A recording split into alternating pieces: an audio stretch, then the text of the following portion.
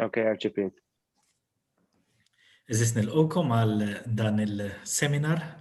Ja ir-raba session li qed nagħmlu flimkien bit-tema tal-irregular migration. Il-biża huwa wieħed mill-iktar emozzjonijiet li fil-ħajja tagħna jistgħu iwassluna nagħmlu deċiżjonijiet irrazzjonali. Deċiżjonijiet li ma jkunux frott ħsieb imma jkunu iktar frott il-biża li jkun qed imexxina.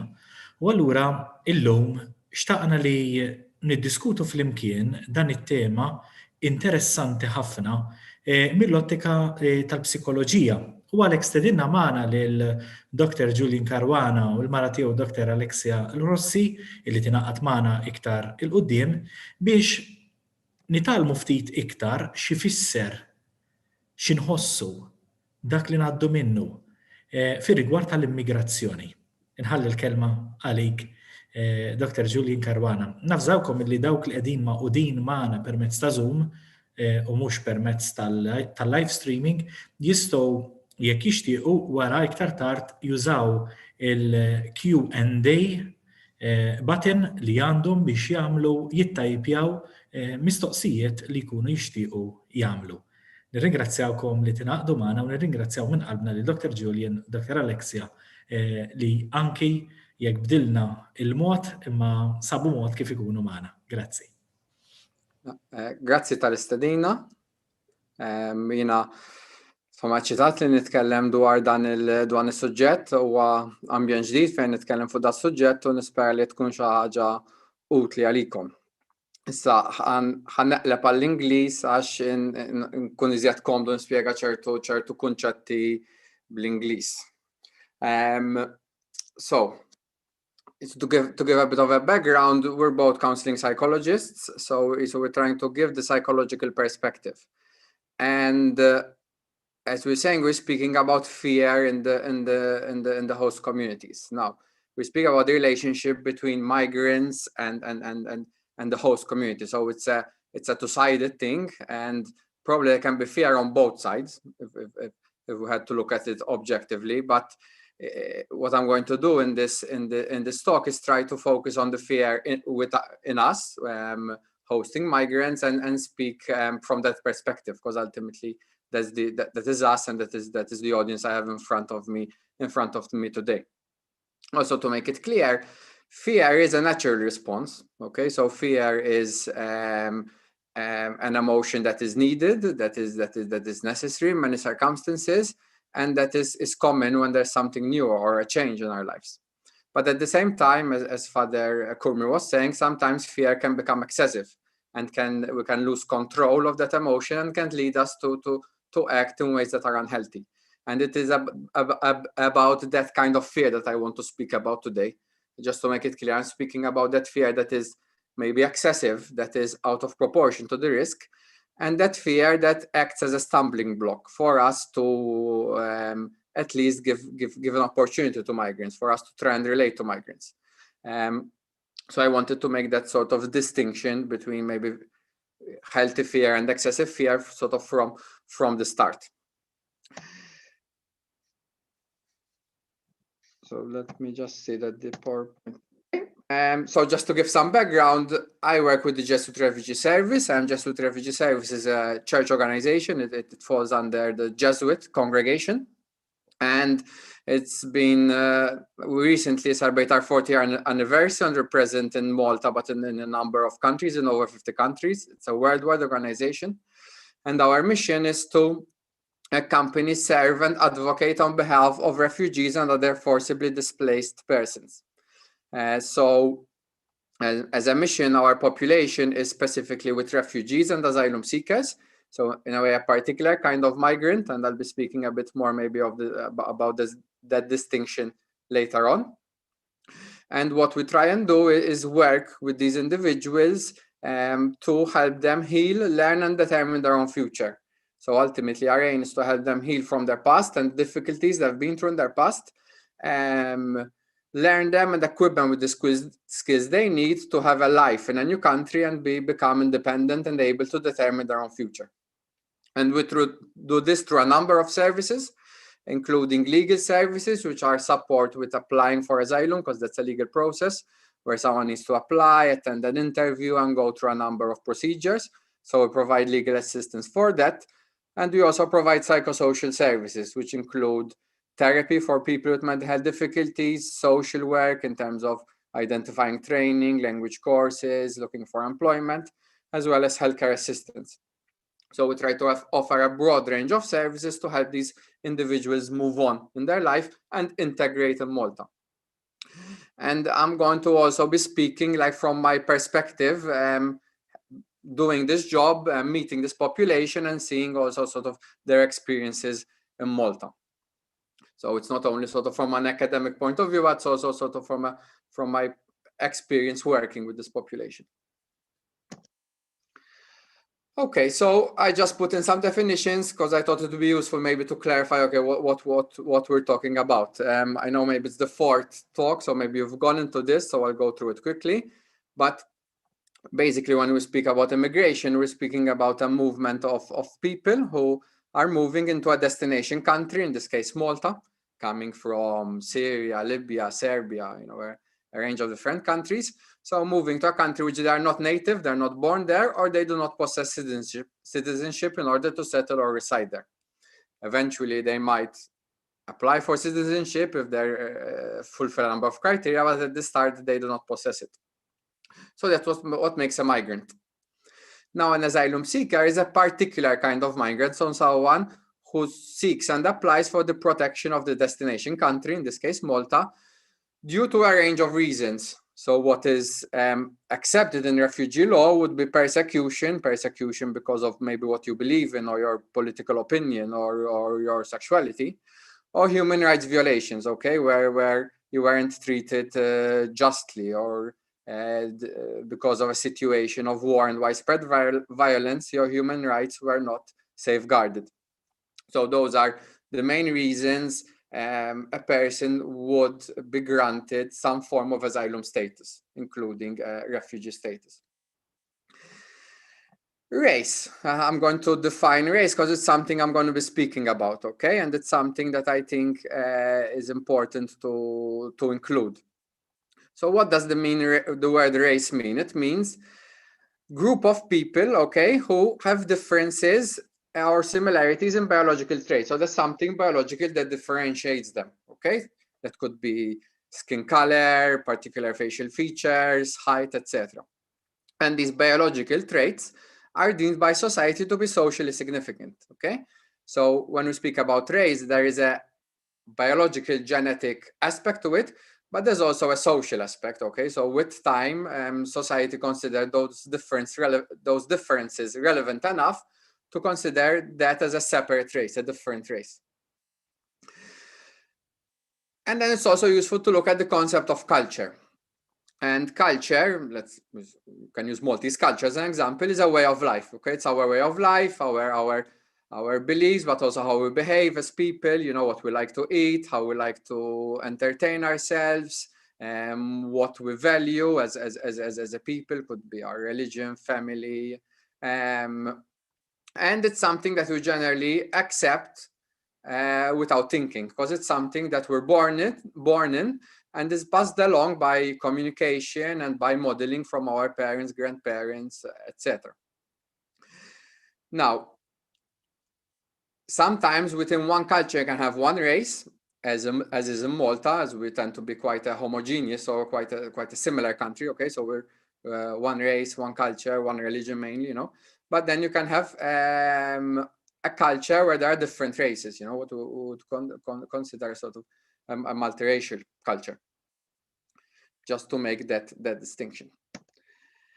Now, as I said, I'm going to be speaking about, okay, in a host community, the Maltese, there might be a fear of migrant, maybe that from the start is excessive, okay? And that acts as a stumbling block. And that maybe is also something that is emotionally heavy for us.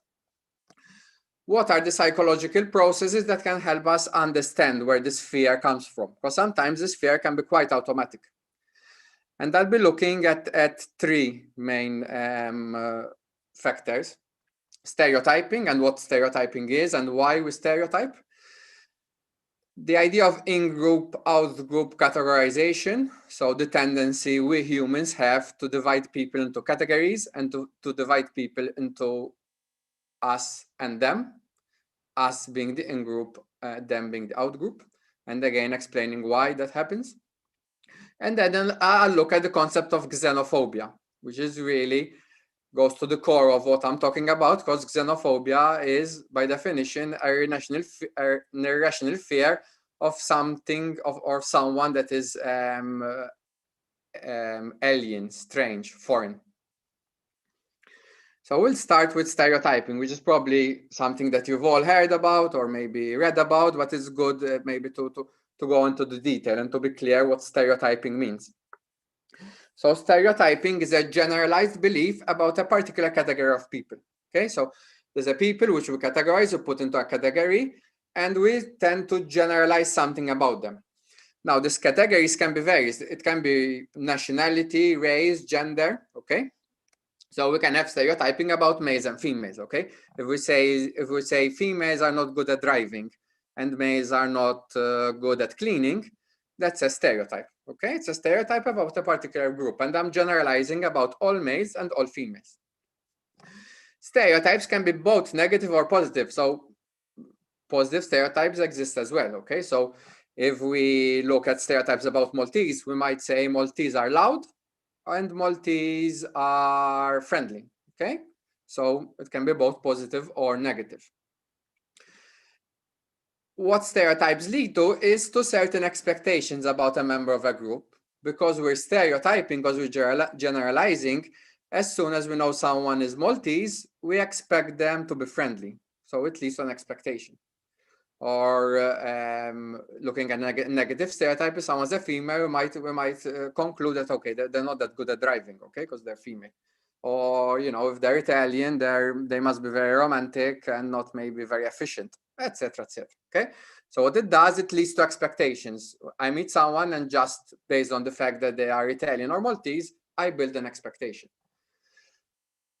And the thing about stereotypes, we might be aware or less aware of holding such stereotypes. Okay, so we might have these stereotypes which were passed on, which we don't really think about, but they're there, and they affect the way we relate to people of a different gender or of a different country or who speak a particular language, etc.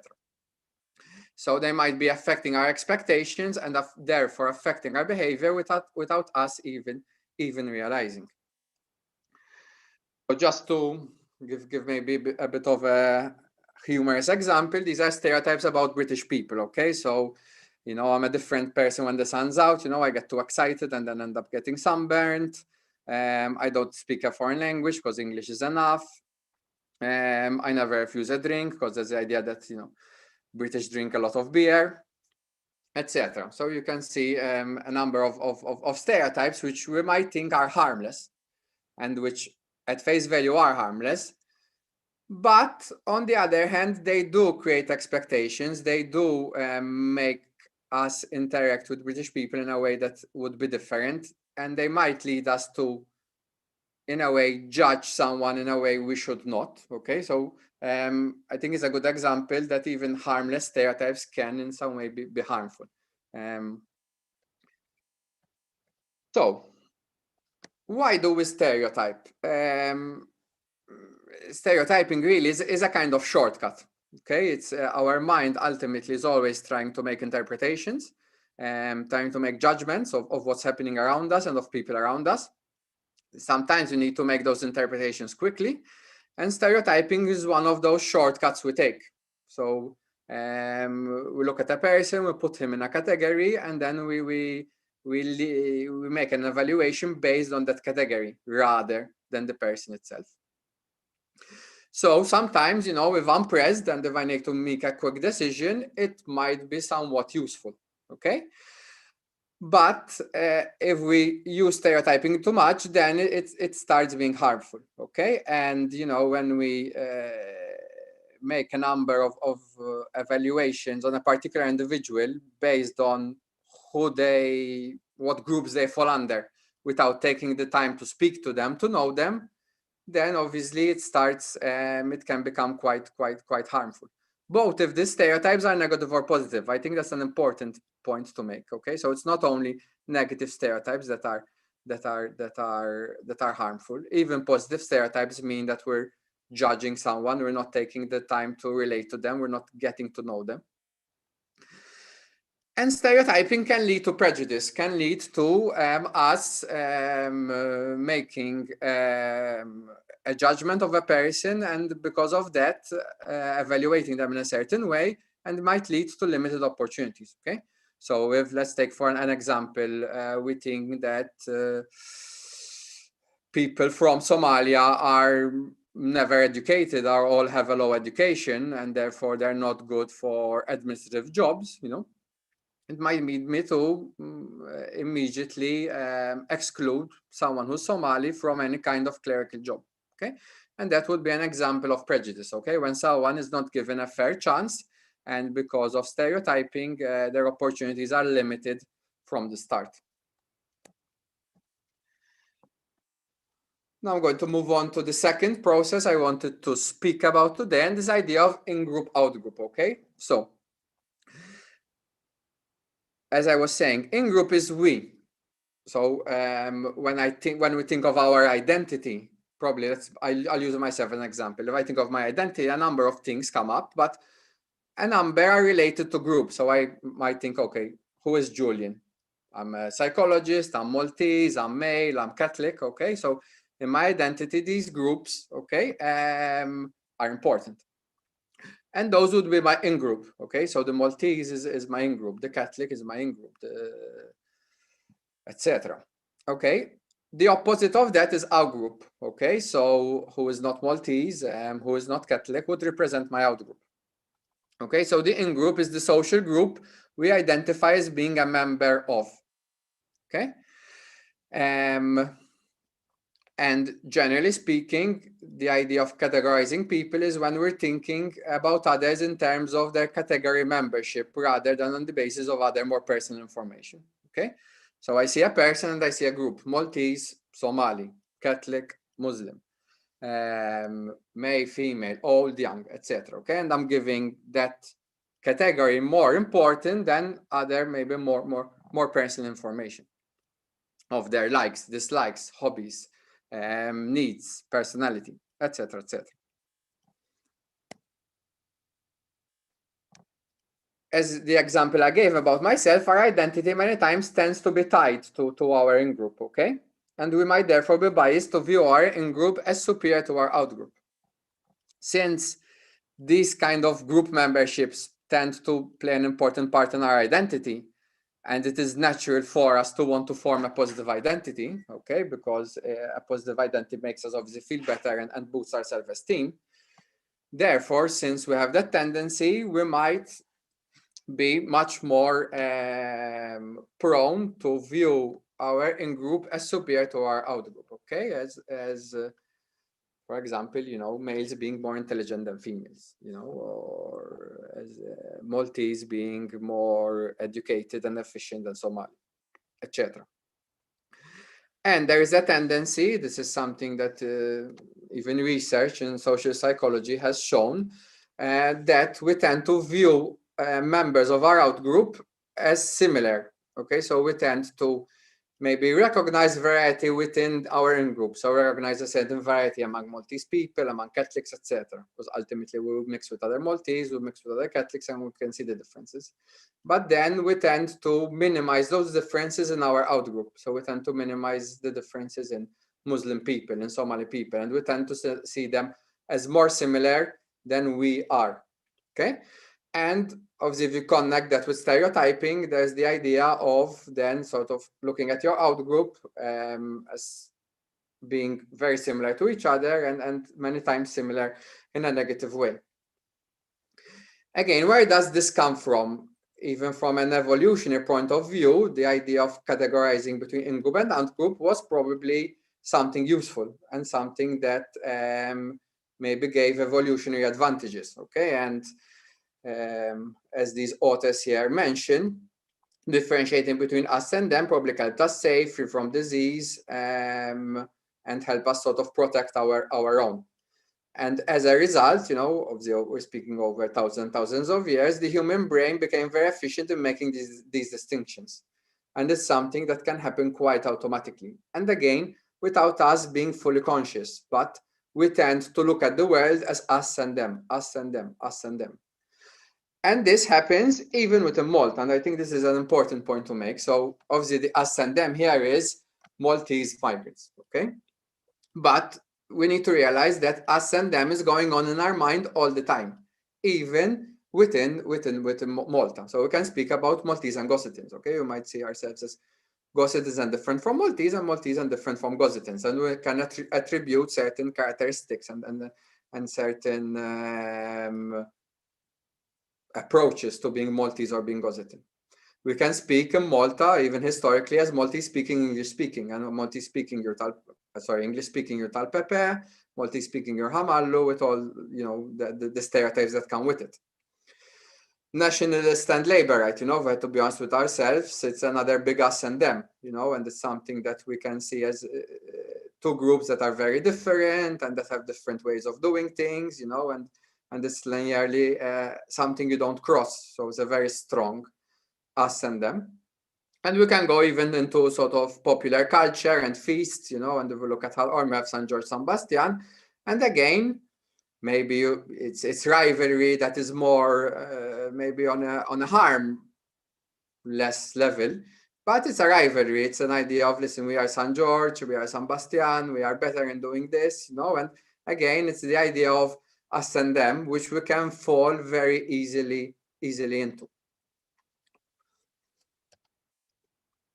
Moving on now to xenophobia, which in a way is at the core of what I wanted to talk about today.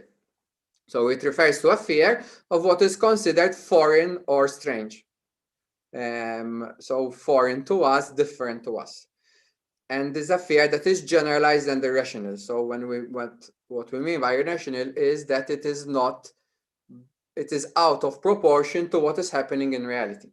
Okay? Because if we had to look at fear and what fear is in human beings, it's there as an emotion. It is useful because it is there to help us protect ourselves.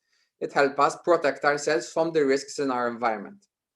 So fear is healthy when it is in proportion to the risk in our environment. When it is out of proportion to the actual risk, then it stops being healthy and starts becoming unhealthy. And that is what a risk that is out of fear that is out of proportion to the risk in reality would be considered irrational. And xenophobia is mostly on individuals of a different culture and or race. Okay, so about individuals which we would feel come from a different culture background or of a different race. When we speak about migrants in relation to Maltese, they would be coming most of the times from a different culture or race. Now, there is an overlap between xenophobia and racism, but they are not the same thing, okay? So racism is very much focused on the idea of race and making judgments on other people based on race. So stereotyping based on race, okay? So saying, you know that people of a dark-skinned color tend to not take care of their hygiene, okay? Or white Northern European people are intelligent and sophisticated, okay? So stereotypes directly based on race.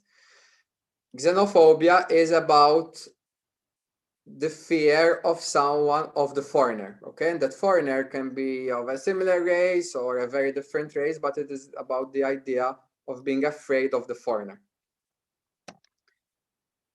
Okay, so what leads to xenophobia within us, okay? Because this is something that can be found within all of us to different extents.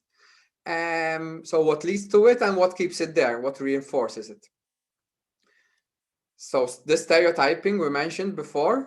So the idea that we see the foreigner as a distinct group, we think they're all the same, and we attribute many times a negative stereotype. The concept of scapegoating, which again is I think is an interesting psychological process, which we need to also take into consideration. And scapegoating happens when we blame a group. Okay, the idea of scapegoating is blaming someone who's not necessarily at fault. And we tend to blame groups who have less power, because it's easier to scapegoat people who have less power in society, who are less visible, who have less socioeconomic means, who don't have the power to vote, okay? Because those are the groups that in a way can't react, okay? So it is very common that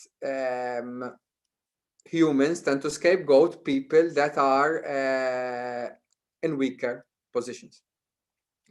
And if we look at what happens with migrants, both mainstream media, social media, and also political discourse, they're very often associated with a range of negative things, which might include things economically going wrong, overpopulation, pollution, increased violence and crime in a country, depleted social resources. So let's say, you know, there are less opportunities for education, or healthcare becomes less accessible, and it's because migrants are accessing it and taking away the taxpayers' money.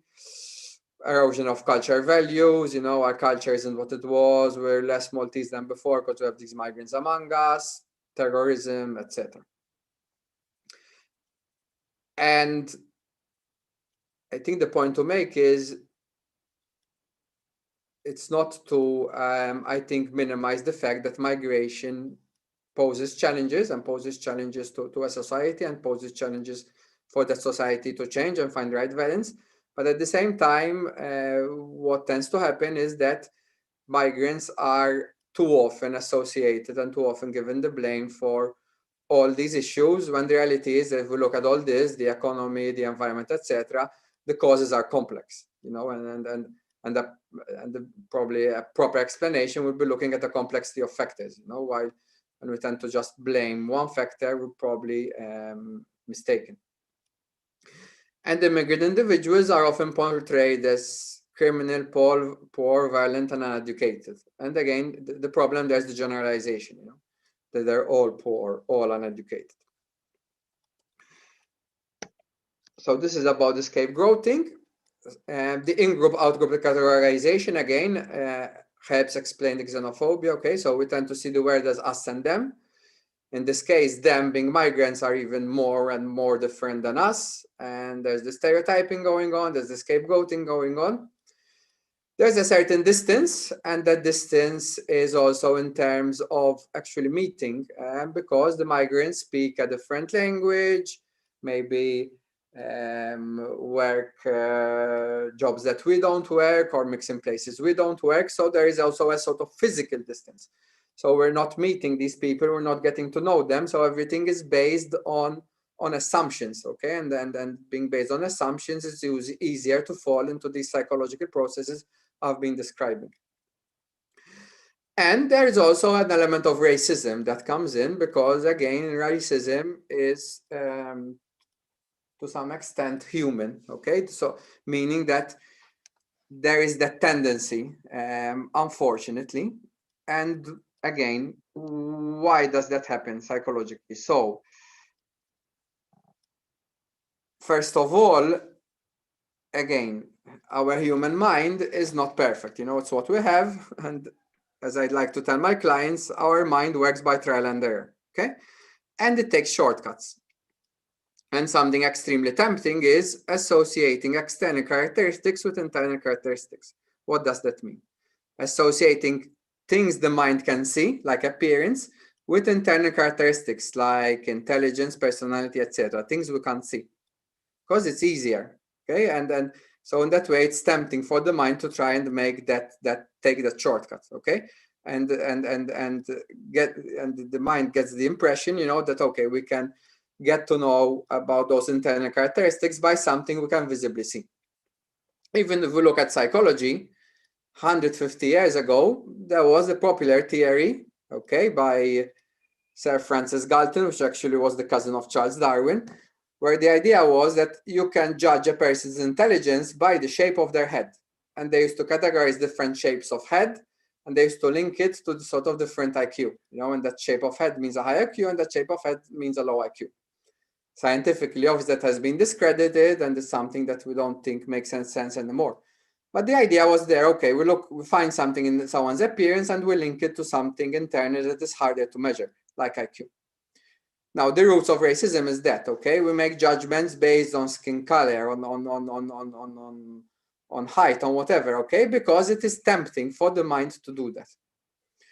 Obviously, there's also a history, of racism and judgments that have been passed down from generation to generation, okay? So I always like to give the example, there are even sayings in Maltese that reflect the way maybe we used to think in the past, okay? So as you probably all know, if you go to a party and someone gives a cake out to everyone and doesn't pass on a cake to you, what do we say? Malayan is wet. Okay, and what does that mean? That being black means that you should be not offered the same opportunities. Okay, and I don't know if you've heard of this, but when there's a strange weather phenomenon, when it's raining and sunshine at the same time, we say "tuil at torque." I don't know. My grandparents used to use it, and where does that come from? It actually, in the past, it was tam et torque, but it became tuil et torque. But tam et torque was maybe for our ancestors a way of saying that, listen, this can never. This is very rare to happen. That a Turkish Muslim becomes a Christian. So they used it as a way to explain an unusual weather phenomenon. Okay, but even these sayings introduce bias, and they're passed down from generation to generation. And again, I think if we had to be honest with ourselves, we all might have this kind of racial hierarchy belief, okay, to some extent, okay? And again, it's something that's been maybe passed down with time. Maybe we're far away from the times of slavery, but, things are passed down from generation to generation.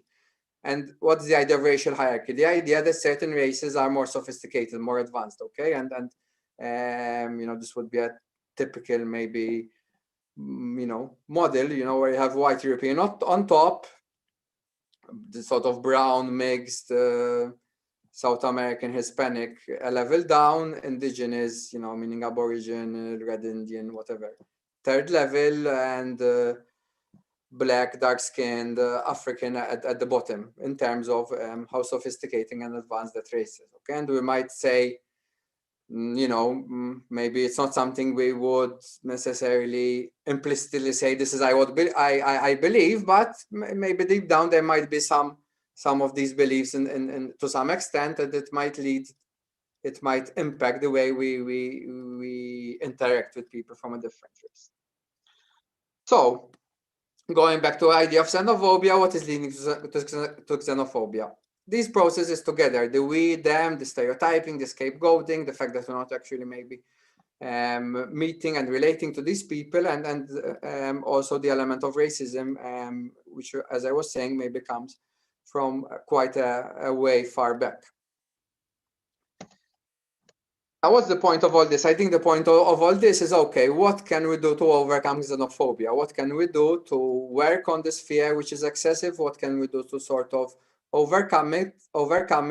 What can we do to be able to relate with a migrant in a way that is fair, that is Christian? I would say that is a way that gives them the opportunity to prove themselves to some extent. And for me, the first point is think of the world in less of us versus them. So we have this temptation, this dangerous temptation to always think of us versus them. So we first need to start using that less. And we start using that less in the examples I gave. So you start thinking less of Gozo versus Mod, of English speaking versus Maltese speaking, of nationalist versus labor. And once you start thinking of the word less in those terms, then you're able to think less of Maltese versus migrant. But it's about working on that mindset in all the ways it comes out in our life. Giving more importance to personal information than social categorization. Always making sure that when we look at someone, we don't first see male, female, young, old, Catholic, Muslim, etc. That we always try and see the person characteristics, okay? And this is something we can do with everyone in our daily life, always trying to strive to give more importance to personal information than the social category of the person. Being aware of our own stereotypes and trying to keep them in check. So if someone tells me they don't stereotype, I would tell them you're probably, either lying or you're not realizing it, because we tend to stereotype because it's a convenient shortcut. We stereotype in negative and positive ways, but we need to be aware of them and keep them in check.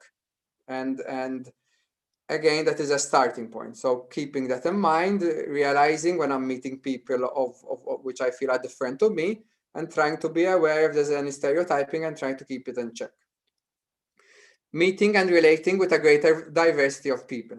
Okay, so we overcome this fear when we relate, okay? But we need to give ourselves that opportunity to relate, okay? So we only meet people similar to us. Again, this is broader than meeting migrants. It's about learning to relate with a diversity of people, even within our normal social circle, okay? And once we're able to do that, we'll be more able to relate to with a migrant, you know, wherever they are from. And this is the point I'd like to conclude with: focus on what is common rather than what is different. I think a lot of it boils down to what am I going to give more importance to? What makes us different or what makes us the same? And I think, and I saw that the theme is hook, and the hook is the idea of brotherhood. And ultimately, what is the idea of brotherhood, even in a Christian sense, if I may? I think the idea of brotherhood is that there's more that is common than what is different between us. And if we give more importance to what is common, that is going to make a big difference. And ultimately, what is common? What is common is what makes us human, you know, that we all want the same things in life, you know, that we all want to love and be loved, that we all want to grow, that we all want to make a difference, that we all want to feel safe. And by focusing on what is common, we can feel closer to people that we feel are them and different than us, and can help us overcome this fear. And I'd like to finish on this point, which I think sort of captures it well. And this is a quote from Shakespeare in The Merchant of Venice. This is a Jew who is speaking about the discrimination he received from Christians. And he makes this point, okay, that what is the same is greater than what is different. Hath not a Jew eyes? Hath not a Jew hands, organs, dimensions, senses, affections, passions, fed with the same food, hurt with the same weapons, subject to the same diseases, healed by the same means, warmed and cooled by the same winter and summer, as a Christian is? If you prick us, do we not bleed? So that's all from my end, and I look forward to your questions.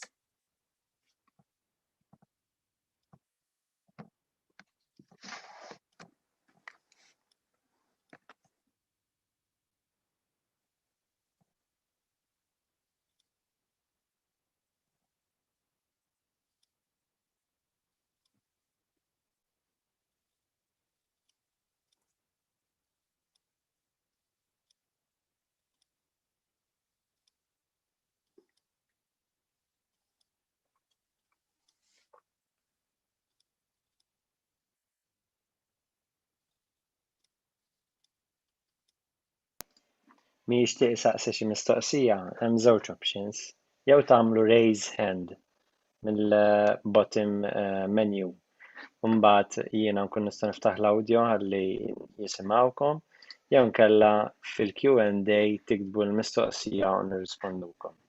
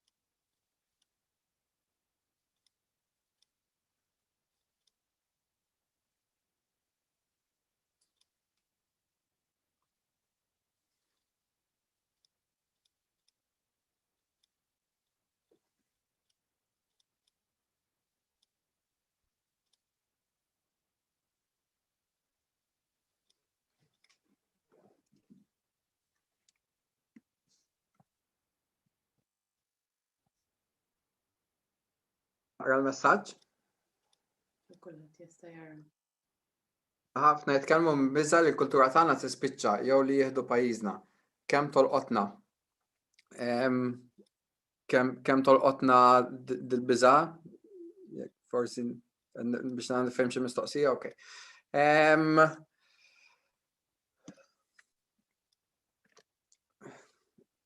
Mela, ara. Ħanajt l-opinjoni forsi tiegħi dwar di. Fl-aħħar mill-aħħar il-kultura hija xi ħaġa ħajja li aħna rridu naħdmu biex inżommu ħajja jekk nemmnu li għandha valur. Issa, il-kultura ġat tinbidel, jiġifieri qed tinbidel, jiġifieri jekk nqabbel naħseb miegħi u bejn dan it-tiegħi ma sibx nistgħu ngħidu li l-kultura Maltija fis-sens ta' stil ta' ħajja u hekk baqgħet l-istess, għax ovvjament hemm ħafna bidliet għaddejjin, jiġifieri fir-realtà tal-lum u dik hija parti mir-realtà u jiġifieri kultura hija xi ħaġa dinamika. Issa iva jiġifieri li inti daħlu nies oħra f'dik il-kultura qed tikkrea iżjed fatturi, imma jiena again biex inkun onest jisu hemm xi ħaġa komplessa li mbagħad jisu nħoss li wkoll again qed jisu nifukaw wisq fuq il-migranti u qed nagħtu wisq jisu bħala fattur jisu qed intuħ wisq importanza meta r-realtà hija li il-kultura Maltija ġat tinbidel u mhux qed tinbidel ħabba l-immigranti, qed tinbidel ħabba ħafna aspetti oħrajn. Jiġifieri naħseb again jekk jisu nifukaw biss fuq l-immigranti ma nkunux qed naraw l-istampa kollha, ma nkunux qed nifhmu vera x'qed jiġri mill-aspett ta' kultura. Ma nafx dit-tweġiba tagħmel sens. And I think another point when it comes to, I'm Alexia, by the way, I joined later.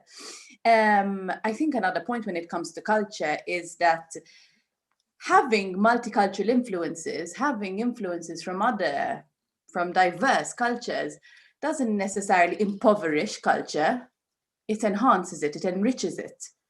And we see that from cultures in, different countries in the world, which are more multicultural perhaps than Malta has traditionally been, So I think that's a point to not necessarily be scared of influences from other cultures. It doesn't necessarily mean we will lose ours. It might also be enriched.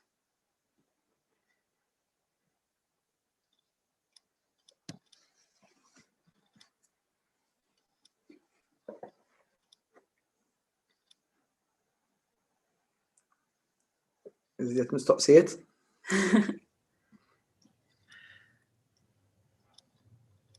Nindu pjaċir nwieġbu anke jekk ikunu kontroversjali.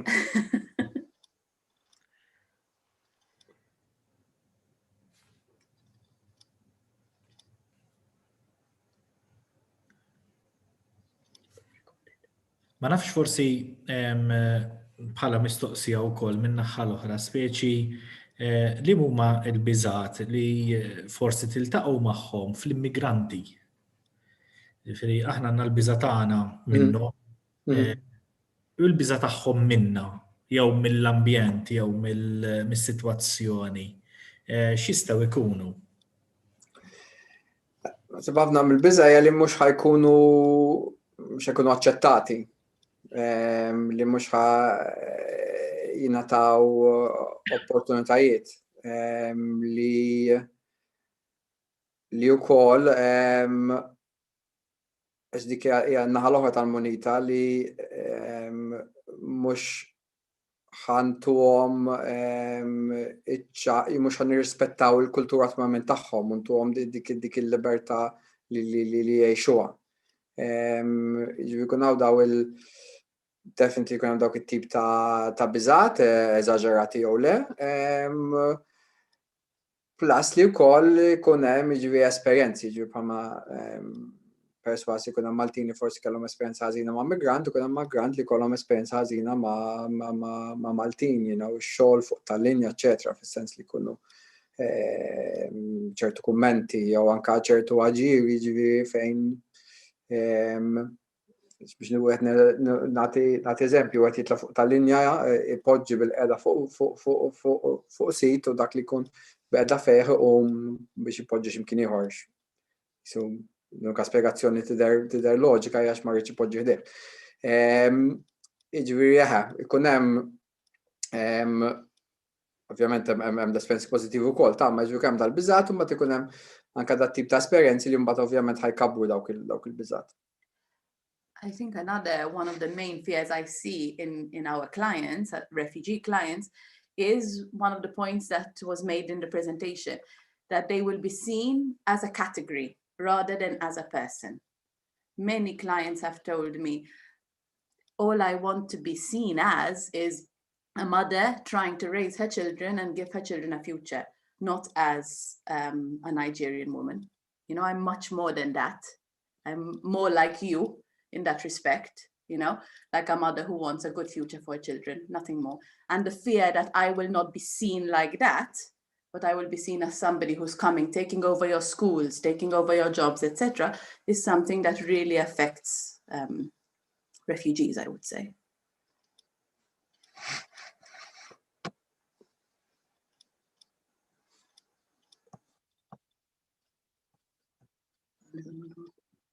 Do you think there is a way to help locals reduce their discrimination and racism? Richard Grech would like to answer this question live. Kif taħdem? Richard, kif taħdem? Inti wieġeb jiena? Le, inti twieġeb. Okay, sorry. Ovvjament. Okay. Do you think there's a way? Yes. I'll answer in English. I think it's the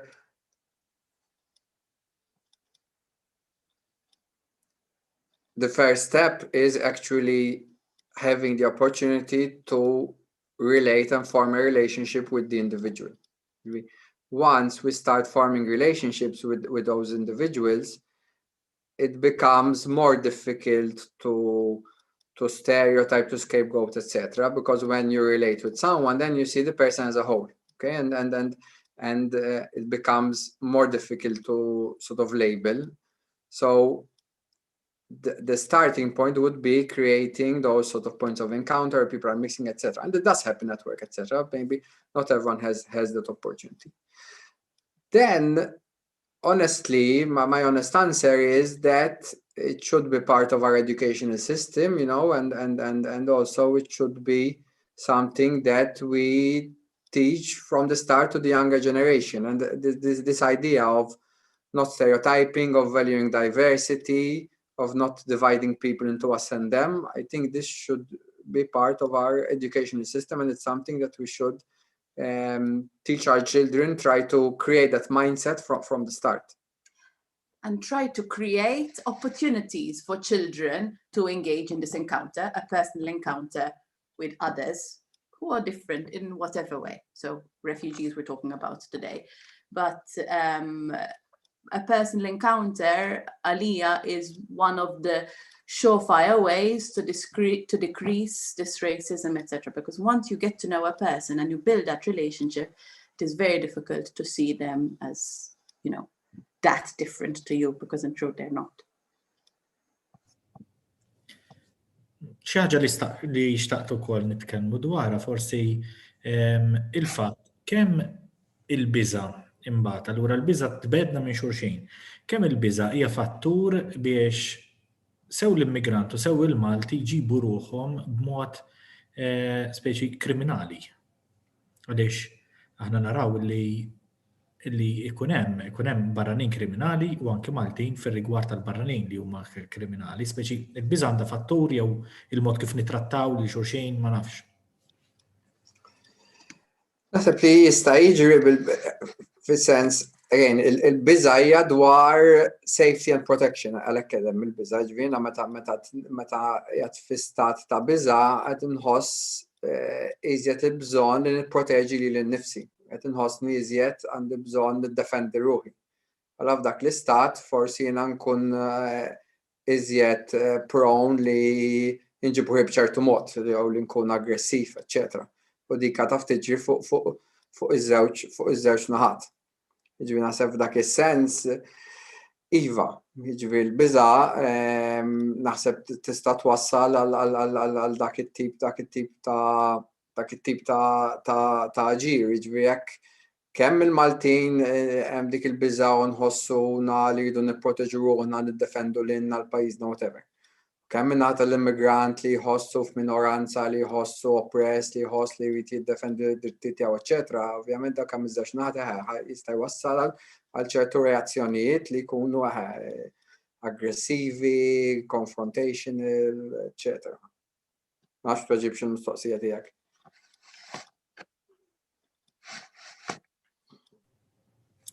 Very good. Naħseb illi nistgħu nagħlqu hawnhekk, nirringrazzjawkom mill-qalb li kontu magħna, anke fissem dawk li qegħdin isegwuna Facebook, YouTube u xi mezzi oħra ta' komunikazzjoni. Nixtieq nistieden il daw kollha li qegħdin magħna biex il-ġimgħa d-dieħla wkoll l-aħħar darba niltaqgħu flimkien u magħna jkollna minn Ruma lil Fader Mussi Zaraj illi fl-esperjenza tiegħu, ġifieri sew personali tiegħu, l-esperjenza personali tiegħu bħala immigrant u bħala xi ħadd li missieru u ommu ġifieri mietu żgħar jew inkella kellu esperjenzi negattivi fil-pajjiż tal-oriġini tiegħu, imbagħad prova jagħmel minn din l-esperjenza teżor biex jgħin lill-oħrajn. U għalhekk se jkun magħna online, kien lest ukoll jiġi magħna fiżikament imma il-ċirkustanzi ma permettewx. Grazzi ħafna Dr. Julian, grazzi Dr. Alexia tal-ħin tagħkom. Il-lejl tajjeb lil kulħadd.